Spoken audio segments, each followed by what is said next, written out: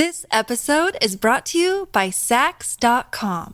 At Saks.com, it's easy to find your new vibe. Dive into the Western trend with gold cowboy boots from Staud, or go full 90s throwback with platforms from Prada. You can shop for everything on your agenda, whether it's a breezy Zimmermann dress for a garden party or a bright Chloe blazer for brunch. Find inspiration for your new vibe every day at Saks.com.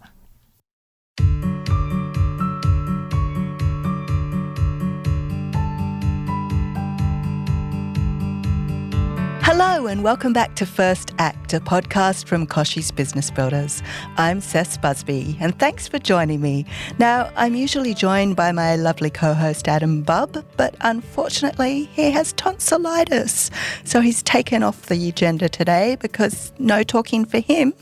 But now, if it's your first time listening to First Act, it's a podcast series where we take a deep dive into the origin stories of Australia's most fascinating founders and business owners.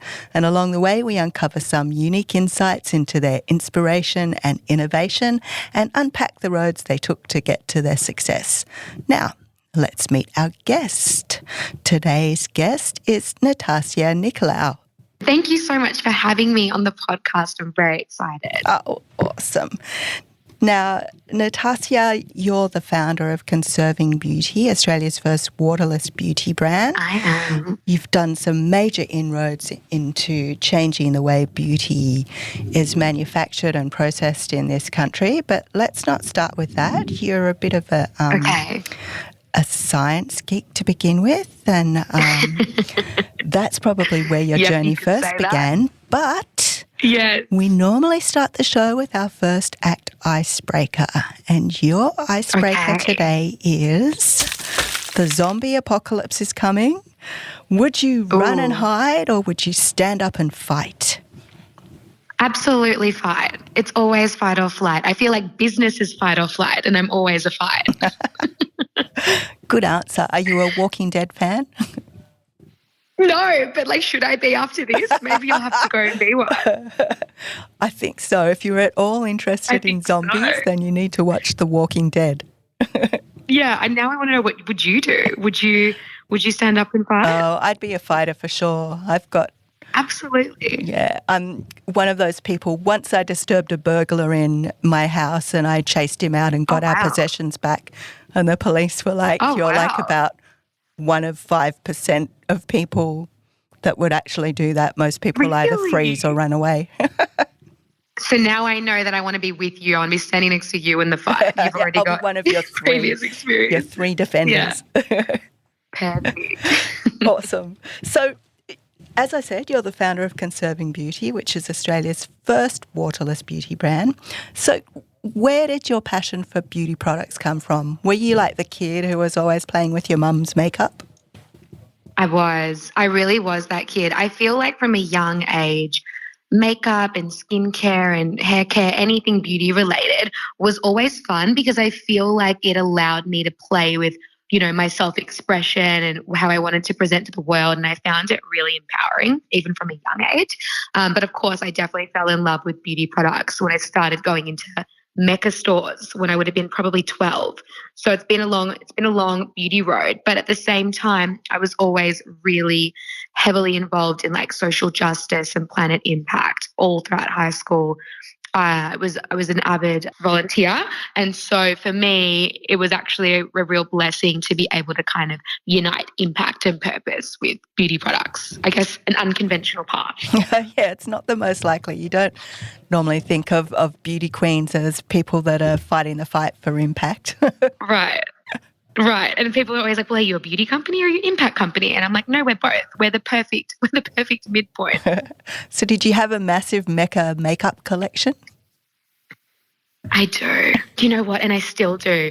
You know what? Every time you go into a store, you fall in love with the team because they're so brilliant at what they do. And the amount of education that goes on behind the scenes is quite remarkable. So I feel like I go in trying to pick up one thing and I'll leave with another 10. And I don't even know how it happened, but it just did.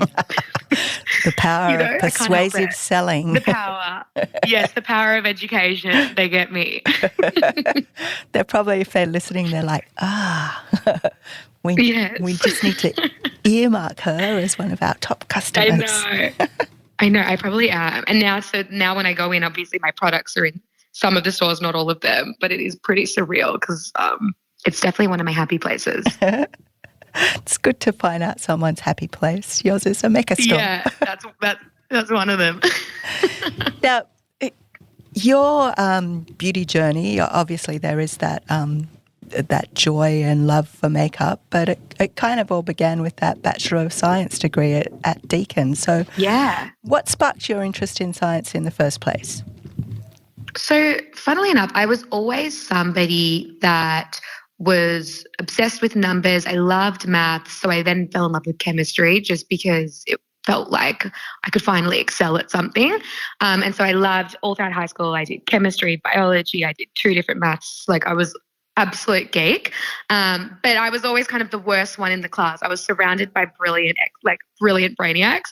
And so I felt like I always had to work 10 times harder to keep up with them. But I loved that challenge and I loved feeling like I was a part of a puzzle and like solutions, and I just kind of loved it. So it felt like a natural progression for me to go study science at university. But at that time, I by no means was planning a career in beauty. I was thinking maybe I'd go down the research pathway. I think I did an internship at Baker IDI, which I don't know if you're familiar. It's a research institute in Melbourne that's attached to the Alfred Hospital. And so I actually thought I'd probably go down a completely different road, if I'm honest. And then through studying my degree, I majored in biochemistry, minored in biology. I was really into wellness and beauty, and I found myself getting my first kind of grad role at a beauty and wellness company called Swiss. And so when I joined, I actually joined in operations, just hoping to get my foot in the door. And I thought at the time maybe I'll go and join the regulatory team or the science team or R&D. And I ended up falling in love with operations, ethical sourcing, sustainable supply chains, and then I worked in product development. So I just became obsessed. I was like, wow, this is so cool. I'm at the forefront of how we choose our ingredient and how we map a supply chain and how we build a product. And then I felt like I kind of used my critical thinking from science and knowledge of formulating a little bit to be able to start working on that. And I loved it. And I kind of stayed in that for years. So that's a pretty awesome job, landing at Swiss, which is probably one of the biggest wellness brands in the planet. So what else do you think you learnt from your time there? So I was there for several years, and I think I've had like 3 or 4 different jobs. Every 6 months I would change. I was lucky enough to, excel and get promoted because I joined at a time that was really exciting for the business. It was just before they sold, and it's quite a successful sale and quite highly publicized. So it was before then, and I was with a smaller team. And I think when you come into a business that's small to medium, you're really exposed to opportunities, and they really allow you to kind of take on more responsibility and learnings. And so at the time, I started off very junior, obviously, and I was working really closely and directly with the COO, and I was helping him. I was part assisting him, whatever he needed. I was game. I was happy to help in any way to learn anything. And so by doing that, I formed a really nice relationship with him and the senior management team. And then I kind of got to go to board meetings and I took minutes, and I really kind of learnt the other kind of commercial side of business, even though I was also in the operations team. And they were so kind and willing to teach, which I guess I was very, very lucky to have, because without that kind of exposure to the people who are making all of the business decisions, I probably wouldn't have the learning foundation that I do now. So definitely grateful for my Swiss experience. And then I left the business after they'd sold. I stayed on for a while, and then I left the business because I actually ended up following the founding family who sold Swiss. He and the CFO, at the time, they went to set up a private equity fund to kind of back the next wave of beauty and wellness founders. So I was like, sold, I'm with you guys. And I was lucky enough to be one of 5 people to go with them to work on the fund. So is that the Foundry you're talking about there? That was the Foundry. It's now called Era Ventures. They did a bit of a name change. Why? The Foundry is such a cool name. The Foundry is a cool name. Era Ventures is also a cool name. I feel like, they've had the best of both worlds. But yes, so I went there. I was there for, I think, about five or so years, up until I was doing what I'm doing now. Loved it. Those are my glory. So can you tell me a bit more about your time there at the Foundry? Yeah, it was awesome. How does the Foundry support founders? So they were, and obviously I'm biased, they're the best people, but I was like, cool, I get to go with the ultimate teachers, right? And so they help back founders by investing. So they give them growth capital to support their next kind of business milestones. And then they also give their expertise and advice. So they'll help you with anything you need, whether that's connections or, strategy sessions or introductions or whatever you need. They are quite hands-on. And so when I worked with them, what I would do was I would help support the due diligence of new brands and founders. I saw so many different pitch to us, and that was kind of what sparked part of my ideas, actually. And I got really obsessed with startup and problem solving and people that were out there trying to create solutions to be better. And so I would do, not only would I do like the due diligence side with them, I was lucky enough to do lots of secondments with the businesses that they invested in. So they would deploy me and I would, do 6 or 12 months or whatever projects I was doing with all their different businesses in different things, whether that was supply chain help or innovation and new product development pipeline. I ended up doing a big stint in sales. One of their businesses called Welco. And so whatever they kind of needed, I was always there to help. So I feel like I got the perfect learning experience because I saw both being in startup and I was very much amongst it, very hands-on, very project oriented. But then I was also lucky to go to strategy and board sessions and see like the other side of a commercial business and how to actually run, profit and loss and the importance of profitability and managing team in and out and seeing businesses at different levels, how they need different requirements. And so, yeah, it was literally the best job. If I wasn't doing what I'm doing now, there's no doubt I would have stayed. Yeah. And you just mentioned Welco. Is that Elle Macpherson's brand? Yes. Elle Macpherson's brand. She started her wellness company. She actually created the product before she even decided to bring it to the world. She was using it for years before with her doctor. So it's an ingestible beauty product. It's a greens powder. That was the first one.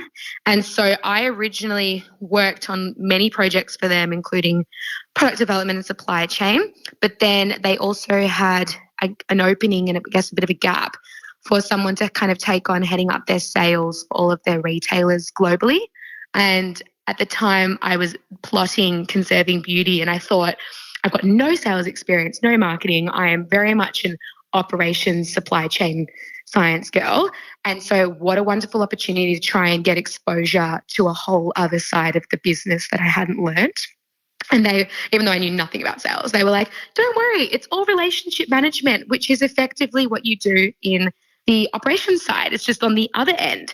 So I ended up doing that for well over a year and I loved it. Loved it, loved it, loved it. And I did that 4 days a week while I was working on my own brand, actually. And were there any kind of big learnings or big mistakes along the way? Oh my gosh, absolutely. I feel like for every key win, you've got 10 things that have gone wrong in the background. Like that's what I think about anything. I think it was a tough time because, COVID had just hit as well and you're trying to motivate people that are in store selling your products. And you had to think about creative ways to kind of reach them, incentivize them, help train them, provide them with all the tools that they need. So I feel like, and that was a completely new role for me. So that was a really unique challenge. But I also think maybe even coming at it from a lens where I had no experience, I thought about things in a different way and I probably applied that to different solutions. So I feel like I had to make some hiccups to make some good wins. But Welco is amazing. The team were amazing. And Elle is actually, fun fact, now on my board of directors. No. So, which was really cool. So she turned from boss/mentor to now Conserving Beauty mentor. That's awesome. Yeah, which is cool. Who would have thought I know. when you were putting on that Mecca makeup back in the day that one day Elle Macpherson would be on your board? Certainly not me. Certainly not me. But yeah, she's been really instrumental in my learning foundation. So very lucky to have worked with her. If you look at your LinkedIn, and just from this discussion as well, it just seems like you've really truly immersed yourself in that health and wellness and beauty space. Are there any regrets about not following the science path a different way? You mentioned working with the hospital. No, not at all. I think everything kind of leads you to where you're supposed to go. And for me, I feel like my greater like vision of what I'd want to do with my life is to somehow positively impact people on the planet, which was why I kind of did science in the first place. So I feel like I am still doing that with our own brand. We make, great waterless products that make your skin feel good, but they're also equally great for the planet, and we're saving water, carbon, and waste in the process. So I feel like my fulfillment of that kind of side is definitely through my business. It's just in a very unconventional way, which is actually kind of cool and different as well, because it just shows other young people that are, going down the science road. It doesn't necessarily have to be so black and white, and you can kind of forge your own path and think of your own solution and your own business idea, which is cool, because I feel like even working in the fund, I saw so many brilliant founders pitch, and I would say 99% of them are marketers. And there's nothing wrong with that. Of course, you need creative geniuses. I mean, I know that more than anyone. They're the people I've hired first. But, why couldn't we hear from, an operations person or a supply chain person or a scientist? Do you know what I mean? So I feel like, it's a bit more exciting. I actually wished I could have looked up to someone like that earlier on in my career. I'm sure all that supply chain stuff that you did during your early career has come in really good stead in the past. Oh, it has been everything. Yeah, it has been everything for me, because it's not only just like having the knowledge of supply chain and, the crisis that we've been in for 2 years and all the supply chain dramas. It's also the root of making sure that you actually can have a sustainable impact to the planet. Because if you don't know where your ingredients are sourced from and the people who are farming them and how they're treated and how they're transported here and where you're manufacturing, etc., well, then how can you actually make sure that you are saving water, carbon, and waste along the way? And I feel like for brands, it's the one thing I tell people or talk to people about is actually having an understanding of your supply chain, and having that visibility and traceability is everything. And that's actually how you'll be able to make like a legitimate impact. So thank God I did that, because if I didn't do that, I really don't even think my business would exist. And it's just becoming so much more important to consumer these days as well. Yeah, absolutely. I think it's everything. I think people demand transparency. Like, let's just be upfront and call things what they are, and where do they come from, and can I see it? Yeah. I will be back with more from Natassia after this short break. This episode is brought to you by Saks.com. At Saks.com, it's easy to find your new vibe. Dive into the Western trend with gold cowboy boots from Stott, or go full 90s throwback with platforms from Prada. You can shop for everything on your agenda, whether it's a breezy Zimmermann dress for a garden party or a bright Chloe blazer for brunch. Find inspiration for your new vibe every day at Saks.com. And we're back with Natassia. Now, I would love to move on to Conserving Beauty, because obviously it's your passion project, it's your baby, it's your life. Yes. It's a super innovative beauty brand. You've managed to eliminate water from the process. And I don't know how many of our listeners would be aware, but the beauty industry just has a massive water footprint. Like, just turn over a beauty product and you see number one ingredient is in beauty products usually is water. So there's that element. Yeah. But then in the manufacturing of the products, there's an enormous amount of water used as well. It's just, when you consider how scarce water is for so many people, it's a significant, real problem. And yet you've been able to find a solution. So what has inspired you, number one, to create the brand? And what was the aha moment where you went, oh, this is what I can do, and this is how I can get rid of water? I know you'll laugh at when my aha moment was. It's a bit ironic. So I definitely thought for years about creating my own brand and what would be the solution and how would I help. And I definitely wanted to do sustainability legit, because I feel like there's a few things. Number one, I feel like the perception of what a sustainable product is in beauty is quite skewed. I feel like a lot of people have a great understanding of refillable or recyclable packaging, and it's very much centered on packaging or being vegan. And I'm just kept thinking, well, hang on, there's about 30 things that happen in a product life cycle and in the supply chain before you even choose packaging, where you've already had a huge impact to the planet. And why are we not talking about those things? And yes, packaging and waste is absolutely important, but it's not the end all be all solution. And so I was like, well, what is? And so I decided to map a product life cycle. This was 2 years before we launched. And I looked at each stage and I just kept thinking, how do I align with the SDGs? How do I help save our most precious resources? And when I did that, I was like, of course it's water. Water is involved in every single stage of a product life cycle. We need it to do everything. All of our clothes, our transport, fruit, everything has a huge water footprint.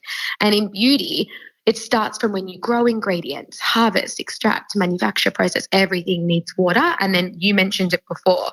We as a beauty industry have just become so heavily reliant on water because we use it often as the main ingredient. So most beauty products are filled with, 70 to 90% water. And then you need preservatives because bacteria grows in water, and you've got fragrances, and you just got a sprinkle of the good stuff, basically, the stuff that's actually going to benefit your skin. And I was just like, how crazy that we're shipping bottles of plastic, mostly filled with water, with a sprinkle of some ingredients in there and calling it clean beauty and trying to say, oh, but don't worry, it's good for the planet because 50% of it's made of recycled plastic. I was like, that's not the answer. And I was like, why can't we just take water out and give people 100% of the good stuff, and it's smaller, compact, potent, and we can make a way better product. And so that was my moment where I was like, water conservation, waterless beauty, we don't need it in there. I've had that aha moment. You'll laugh in the shower, as you do when I'm using water. And so I just went on this journey. I was like, let's save water, carbon, and waste. Let's create beauty products that save water, carbon, and waste. And so I thought, it's not good enough to just take water out of the formulations. I want to map our whole supply chain, and I want to measure our exact water footprint so I can actually tell people this is actually how much water we save. And so we partnered up with the Water Footprint Network, who are the leaders in water footprint assessment globally, and they're in the Netherlands. They defined what a water footprint is, so, no better people to partner with. And we've been leading a custom research project to measure our exact water footprint, which is really cool, and we're going to be publishing it later this year. We did the same with our carbon footprint with our non-for-profit partners at Sea Trees and Trace. And then we manage our waste footprint by using infinitely recyclable, compostable, or dissolvable materials, which I'm sure you want to talk about our dissolvable fabric in a minute. But yeah, that's kind of how it went. So you were in the shower, you had this great idea. I was in the shower. Yeah. I come out of the shower, I run to my partner, and I was like, guess what? I've got it. And he just laughed at me. He's like, okay. He's like, no worries. And this was 2 years before I launched. I started working on it for about 2 years. Yeah. So how valuable was your science background when it came to going from idea to product ideation? Oh, I think it was everything. I think, number one, it teaches you critical thinking and problem solving. So that's just the first step. But I also think I had a really good understanding of formulations, and also having worked in product development and knowing how people actually develop a formula was really important. And then having my supply chain overlaid with that, I was able to choose and pick and source ingredients and map our entire formulations around that. And so it was kind of like the perfect storm. And so I went to formulating, took about a year, started business planning, tried to work out, how am I going to do this? How do I launch a brand, and what kind of needs to be part of that? And then we ended up launching. I still had my full-time job, and we launched end of last year. So November 26, 2021, which was cool. So can we backtrack a little bit? So did you bootstrap the whole thing? Yeah. The very first bit, me and my business partner, Fed, we bootstrapped, and then we got a very small injection of capital from the fund that I was working for. We convinced them to just do a little tiny bit to trial just so I could launch and buy products. And that was at the end of last year. And then I still kept my job the whole time, obviously. Didn't pay myself, obviously. Had to do that for, to live life. Yeah. And then I was able to quit my job at the end of, no, it would have been January this year. So I'm just trying to remember. I'm like January this year. And then at that time, I'd locked Mecca, I'd locked our patented technology, which we can explore in a second. And then so I did another raise off the back of that to actually be able to quit, hire people and do it properly. Because, how can you run a business properly if you've got a full-time job and you're working morning, nights and weekends? Like it would never have had the attention that it needed to. So then I did another raise, a proper raise, I feel, a seed raise. It would have been March, April this year. That's a fast journey when you consider sometimes product development just takes years and years and years. Yeah. Oh, I feel like it was a 2-year kind of journey before then. Do you know what I mean? Yeah. Because it was definitely a 2-year journey before then with product development. But you're right. I feel like if you've got that hustle mentality, you can't help yourself. You just move quick. So you just touched briefly on your patented technology. Can we delve into that a little bit and explain what makes your product so different? So a year into my plotting and planning, I hadn't launched yet, and formulating, I met an innovative group out of Europe. I met them through like a supply chain connection that we had with somebody else. And I was telling them what I was doing and about water conservation. And they were like, oh, you've actually got to meet this other founder, Brian. He's so amazing. And he's actually created a fabric that ironically dissolves in water and it doesn't break down into any microplastics. It leaves no waste behind, but it's waterless technically, the actual fabric. And he's like, he's doing it for medical space. He's using it for burn victims because the amount of time that it takes to undress and redress wound care is really labor intensive. It's painful for the victims. And then also, obviously this creates a lot of waste. And so he's like, you should just meet him and have a chat. And, I feel like there's some similarities between you two. And so when I met them and we hit it off from our first chat and we kind of inspired this idea where I was like, well, hang on, I could create a formula that would be compatible with the fabric and then we could merge the two together and help really solve things that people use in the beauty industries, all the single-use items that we all actually want to use, but they have such a detriment to the planet. So things like makeup wipes and sheet masks and under-eye masks and scrub mitts and so many applications of single-use items. And so that took about a year long partnership and negotiation and then product development. But we then did a special partnership for the beauty and personal care space exclusively, which is brilliant. And so we had the patented technology for beauty. And so we created our first 2 products, our dissolvable makeup wipes and our dissolvable sheet masks. And we launched our dissolvable makeup wipes back in April and we sold out in 2 weeks, which was unexpected. And then we launched our makeup wipes, I believe it was sheet masks in July. And so, it's been an amazing partnership. The fabric is really special. I feel like it's a completely different experience to what you would have experienced with the traditional makeup wipe. And so our fabric and the idea is that you would dissolve it where you already have a water footprint. So the sink, the toilet, the shower, and it's completely fine for our waterways and doesn't pollute or break down into any microplastics. I've got to send you some so you can try them. I won't say no. You won't say no. No, who would? But it's been an awesome partnership. And you mentioned that you signed with getting your products into Mecca. Yes. Oh my goodness. Definitely one of my highlights. How did that happen? Did you leverage some of your past relationships? Well, funnily enough, when I was managing all of the beauty retailers for Wellco, we were not with Mecca. So I knew everyone except for Mecca. So you'll laugh. People would have liked me, but don't you already have all the connections at all the other retailers that are great? And I'm like, yeah, but they're not Mecca. And so I was like, I need to meet someone at Mecca. I don't want to reach out cold. I know how this works, and you've really got to kind of get a bit of an intro for them to actually listen to you. Because you can imagine they probably get hundreds of people reaching out every day. Do you know what I mean? Because when you're the best of the best, everyone wants to be with you. And so I was like, I don't want to get lost in the middle. And at the time, so I hadn't launched. I was nowhere near launch. I just had lab samples. And someone at the time, a mentor, said to me, nobody cares about sustainability. No one's going to buy your sustainable beauty products because people don't care. They just want to look good. And no one like Mecca would ever range you. And I was like, I don't believe you. Who was that person?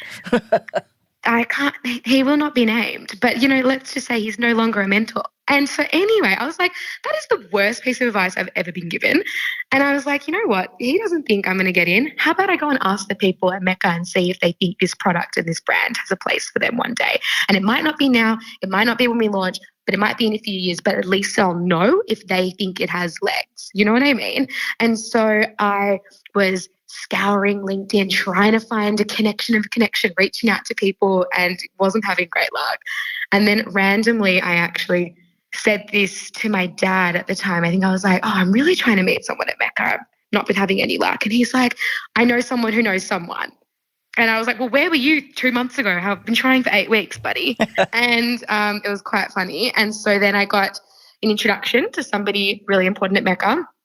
And I had a meeting with her and I took lab sample products in. They looked a bit different to how they look now, a year before we launched. And I just shared my story and I was like, this is what I'm trying to do. This is our mission and this is who we are. And these are some of our products. And at the time, I didn't even have the dissolvable products. I didn't have the patent. I was still in talks with them and I didn't even tell them I had that. And they were amazing. From the initial meeting, they believed in what I was doing, which was not expecting. And they were like, we love your mission. We love that you're a young Australian trying to do big things and we want to help you, which was pretty cool. And then so that took about, I would say, just a year. It takes that long because their team tried our products for a few months to make sure that, the products worked and they're actually good, which obviously I feel like that should be a given. Don't launch a product unless it's good, right? But that's all good. They had to do their compliance DD, of course. And we formed a really nice partnership. And so I'd locked them in and they were amazing. And so we launched them, it was May this year. So a few months after we launched. So we launched late November and then they launched in May. That's pretty incredible, particularly as a challenger brand. So what do you think it was about the product that captured their attention and is also capturing the attention of the general public? Do you know what? I really think that we're a product that stands for more than a product. And I think that's what they fell in love with. I think Mecca and the Mecca magic that they've created, it all centers around education and storytelling. And for us, we've got a unique story that we're trying to tell and a big dream and a big mission. And I think they really resonated and they really believed that, I remember them saying to me like, oh, now is the time for a brand like yours. And I was just like, wow, totally speechless. But I think that's what resonates with people. It's like, yes, of course, you're going to use our products to have great skin and conserve your own beauty. Like, of course, that's why we're all using skincare. But you'll know and feel good that that product is actually having a positive impact on the planet. So you can kind of not only shop with your skin in mind, but you can shop in line with your values. And you don't have to choose between having great skin and choosing a product that might not be good for the planet. So I feel like that's kind of why we resonate so nicely. But, of course, our products are good. They wouldn't be on the shelves at Mecca if they weren't. Do you know what I mean? Yeah. But social responsibility, that's been something that you've also been passionate about from an early age. Can you tell me where that came from? Did your family, were they particularly active in the social justice space, or it's just something that's absolutely you? No, my parents, absolutely. My mum in particular has always been like, treat everybody with kindness and respect, always look after other people. There's always somebody that needs help and you've got to be that person. So that was very much ingrained as kids. And then my stepdad was a huge volunteer. He was doing so much work at the time with different hospitals and he would take us along. And so I grew up with that always being like top of mind and like caring for people. And then when I moved schools in high school, I changed when I would have been about, I think I was 14 or 15, I changed high schools. And the school I went to had a huge lens on social justice and they actually had programs. And so I started volunteering almost like my kind of co-curricular activities just because they had so many opportunities. Like I did Red Cross every single year. I did the very special kids fair. I did weekly tutoring sessions. They called it Friday night school with kids that needed a bit extra support that they didn't maybe have at home, and or people that didn't speak English as a first language. So many things. I think back, I petitioned for fair trade coffee in high school. I went on a big trip, an orphanage trip in Vietnam in year 11, like literally so many things. But I think it was great that they even had the opportunities. If you wanted to be a part of it, you could. So I guess the accessibility to that I was quite privileged to be able to have that. What do you think opened your eyes to purpose when it comes to business? I just feel like, of course, when you create a business, like you're bringing something into the world or providing a solution to people that help solve a problem. But like, why can't that purpose be something positive for people? And so you'll feel good about doing what you're doing all day long. Like, you probably agree, we spend most of our life working. Like, that's all we do every day. Your work, people become like your family at work. You spend more time at work sometimes than you do at home. And so if you're spending so much time out of the office working towards something, why would you not want it to have a great positive impact on people or the planet, or something that has a bit of a vision?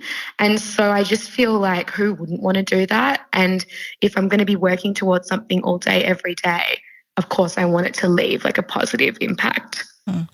How do you measure your impact apart from, like you can measure how much waste, how much water, your sustainability? How do you personally measure the impact that you're having as a brand? I think about so many things. I feel like that kind of falls under the ESG bucket, the environmental, social and governance bucket. It's like, how are the people in my team treated? What's our maternity leave cover policy? What's our sick leave cover policy? How are they treated to and from work? Do they get downtime? Do they get mental health days? Like, I think about, where's our office? What does our office have? What does our office have in terms of the impact to the planet? So, for example, we work at a kosher working space that has, fair trade coffee, and they run on solar panels and et cetera, et cetera. Like, I feel like every single decision that we make in business tends to have a outcome to people or the planet again. And so it doesn't necessarily just have to directly link to our products. It's around the people who work with us, our manufacturing team. We go visit them, and we always bring them donuts, and they always laugh because they have their tea break at 9:30 a.m. and we want to be part of that and go visit them. So it's just, there's so many things that I think about. But I also think that all these people who help us every day make the dream come true, they're the reason why we're all being able to do what we do. So looking after everybody that's in our ecosystem is extremely important to me. Mm-hmm. Now, you recently won the Women of the Future Award. So what was that like? Oh, I know, I'm very excited. And what does it mean to win it? Oh, I'm very excited. You'll laugh. I feel like that's my first proper award. I feel like that's the first trophy I've ever got, apart from maybe like a participation medal. So it was a bit of extra special. I mean, being a part, even just being a finalist with the Women's Weekly Women of the Future Award was completely surreal, to be alongside 5 other brilliant founders who are like literally changing the game in all of their different fields and making the world like a better place in their own way. So I just felt honored to be a part of that group of women. If I'm honest, I already felt like a winner. You'll laugh. Like I in my speech, I even think I said something like, I was like, I feel like I've won, but I haven't won. And then I actually did win, like 10 minutes later. But so that was funny. But yeah, it was awesome. I feel like it's such a brilliant initiative of Women's Weekly to spotlight young female entrepreneurs, because being under the age of 34 in the category and being a young female, especially me, I feel like we're often told you're too young, you're not good enough, you need a male co-founder, you can't do this on your own, or so many things. And I just feel like how brilliant that they would actually give the women a platform to be able to speak about what they're doing and have that exposure to a group of people that were in the room that actually cared and wanted to help. So I was really honored. And of course, the prize does absolutely help. It was a very generous prize, and that helps to pay for our new machine. So we're able to produce dissolvable wipes here, and we already make them here, but now we can produce them at a more of efficient speed, which is great. So I was very, very lucky and grateful for that as well. But yeah, it was an awesome experience. I got to meet so many cool people, and now I'm friends with a few of the other founders, which is really nice. Yeah, and you just said, like as women founders, there's often this perception that, you don't have the right stuff, kind of.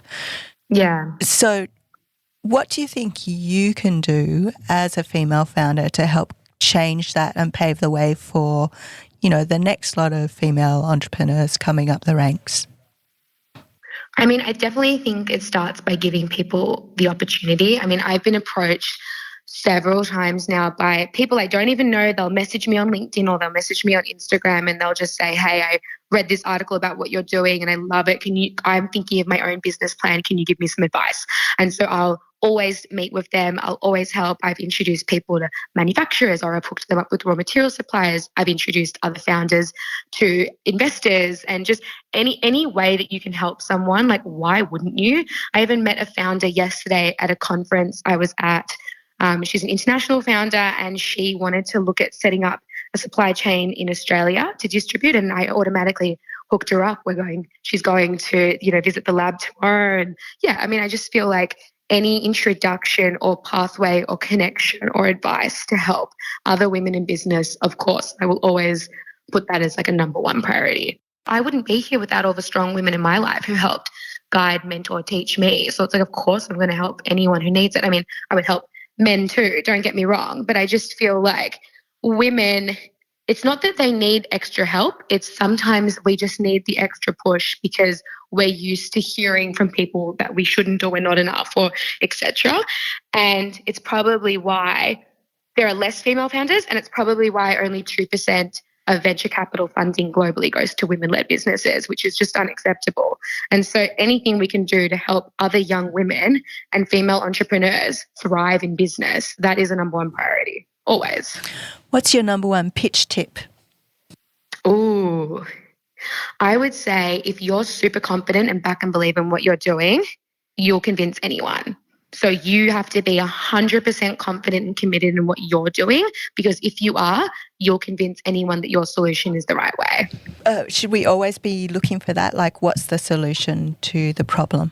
Yeah, I think so. I think if you're creating a business or service, you're creating a solution, because otherwise, why would you exist? I feel like we don't need more things or more stuff in the world. I feel like if you're creating something in a business, it should always be centered around a solution. Thank you so much, Natassia. That's all we've got time for today. Head to conservingbeauty.com to find out more about Natassia's business and her plans to eliminate water waste from the beauty sector. Hope she moves on to more and more products and we see less and less water waste in this industry. So thanks again. We've loved hearing your entrepreneurial journey. Oh, thank you so much for having me. So honoured to be here. And thank you all for listening. Join us again next week for another episode of First Act. Bye for now.